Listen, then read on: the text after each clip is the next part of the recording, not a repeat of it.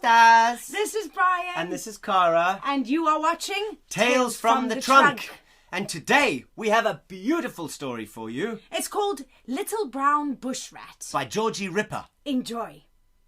Little Brown Bushrat by Georgie Ripper. As the sun shone down on the dusty red earth of the Australian outback, a little brown bushrat made his way home. On the way, he came across a group of animals talking loudly. They were busy discussing what it was that each of them did best. I am by far the most beautiful, said the lyrebird, and he displayed his magnificent tail feathers. I can jump higher than anyone else, said the kangaroo as she cleared a particularly tall bush.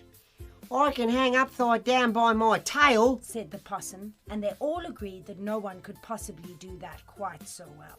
Well, I can run the fastest, said the emu, and he ran round and round the clearing very fast indeed. Bushrat was amazed. He couldn't run very fast or jump very well, and, despite what his mother said, he didn't think he was very beautiful. He was also pretty sure that if he tried to hang upside down by his tail, something very nasty would happen. One by one, the other animals spoke up. The rainbow lorikeet was the most colourful. The duck-billed platypus was the best swimmer. The echidna had the best nose for miles around.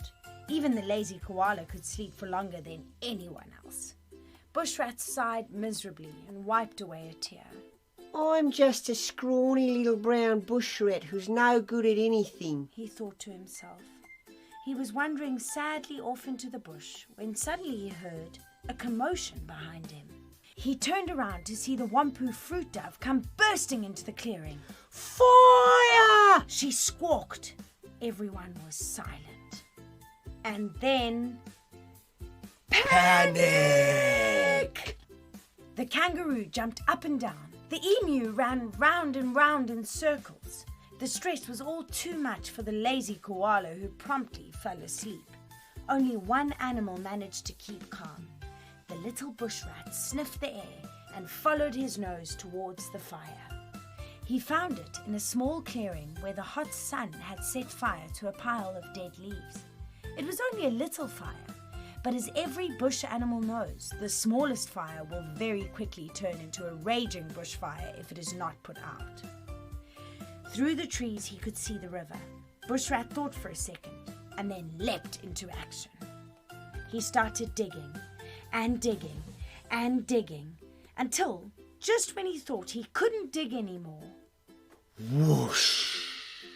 Bushrat broke through the riverbank and the water flooded out.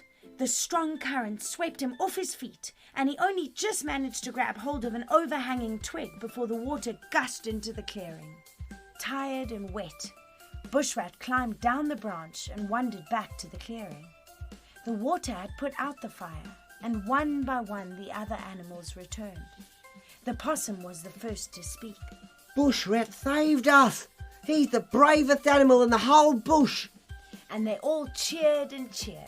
The little bushrat glowed with pride. I'm the bravest, he thought. Hooray! Hooray! Hooray! Hooray! That evening, with the cheers of the other animals still ringing in his ears, Bushrat smiled to himself.